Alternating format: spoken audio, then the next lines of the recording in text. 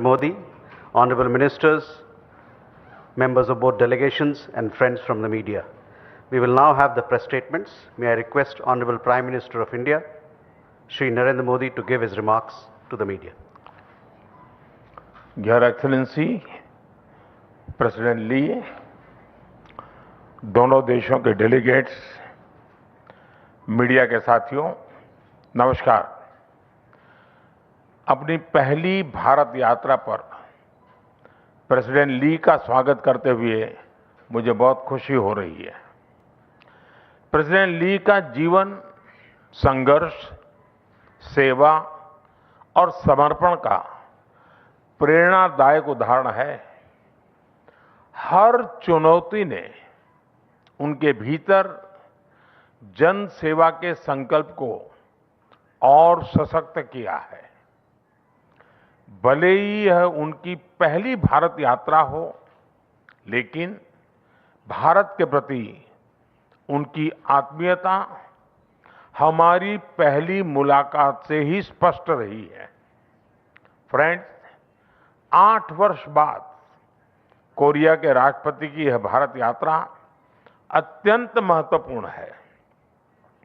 Democratic values, market economy और respect for rule of law हम दोनों देशों के डीएनए में है। इंडो पैसिफिक क्षेत्र में भी हमारा कॉमन आउटलुक है। इन सब के आधार पर पिछले 1 दशक में हमारे संबंध अधिक गतिशील और व्यापक हुए हैं और आज प्रेसिडेंट ली की यात्रा से हम इस ट्रस्टेड पार्टनरशिप को फ्यूचरिस्टिक पार्टनरशिप में ट्रांसफॉर्म करने जा रहे हैं।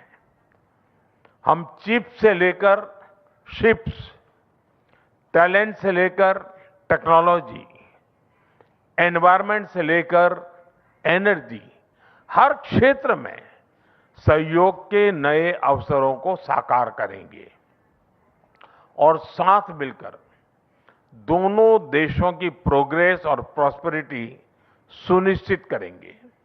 फ्रेंड्स, भारत और कोरिया का बायलैटरल ट्रेड आज $27 बिलियन तक पहुंच चुका है।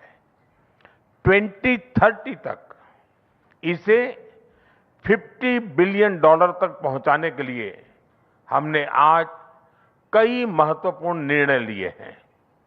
दोनों देशों के बीच फाइनेंशियल फ्लोज को सुगम बनाने के लिए हमने भारत कोरिया फाइनेंशियल फोरम की शुरुआत की है। बिजनेस सहयोग को बल देने के लिए हमने एक इंडस्ट्रियल कोऑपरेशन कमेटी का गठन किया है। क्रिटिकल टेक्नोलॉजी और सप्लाई चेन में सहयोग बढ़ाने के लिए हम इकोनॉमिक सिक्योरिटी डायलॉग शुरू कर रहे हैं। कोरिया की कंपनीज, खासकर एसएमईज की भारत में एंट्री सहज करने के लिए हम कोरियन इंडस्ट्रियल टाउनशिप भी स्थापित करेंगे और अगले 1 वर्ष के अंदर हम भारत कोरिया ट्रेड एग्रीमेंट को अपग्रेड भी करेंगे। फ्रेंड्स, आज हम अगले दशक की सक्सेस स्टोरीज की नींव रख रहे हैं।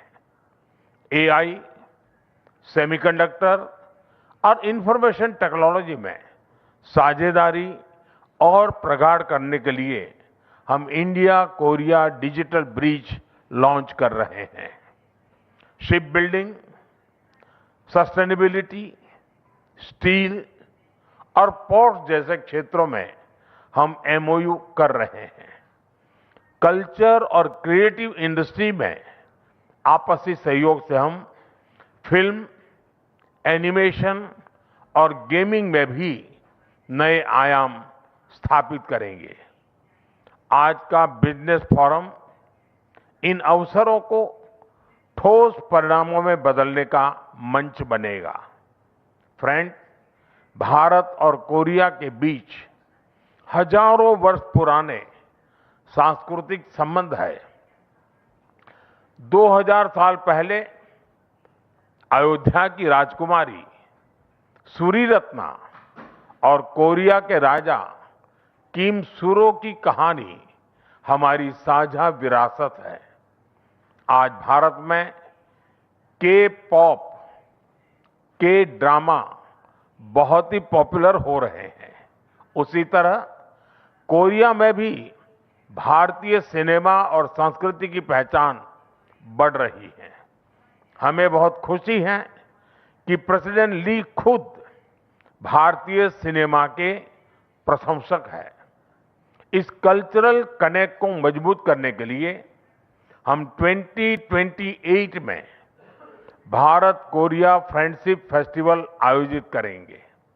इसके साथ साथ पीपल टू पीपल कांटेक्ट मजबूत करने के लिए हम एजुकेशन, रिसर्च सहयोग और टूरिज्म को भी बढ़ावा देंगे। फ्रेंड्स, वैश्विक तनाव के इस दौर में भारत और कोरिया मिलकर शांति और स्थिरता का संदेश देते हैं। हमें बहुत खुशी है कि आज कोरिया इंटरनेशनल सोलर अलायंस और इंडो पैसिफिक ओशंस इनिशिएटिव से जुड़ रहा है। हम अपने साझा प्रयासों से एक पीसफुल, प्रोग्रेसिव और इंक्लूसिव इंडो पैसिफिक के लिए योगदान देते रहेंगे। हम इस बात पर भी सहमत है कि वैश्विक चुनौतियों के समाधान के लिए ग्लोबल इंस्टीट्यूशंस में सुधार आवश्यक है।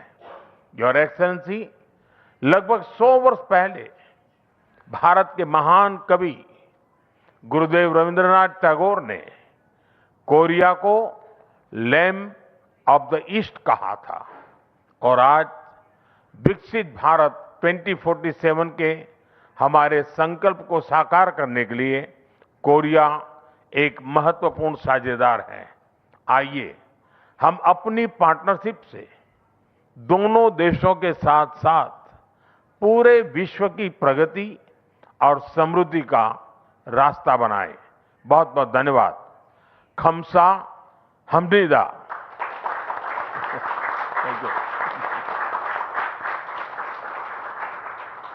Thank you, sir. May I now request His Excellency Mr. E.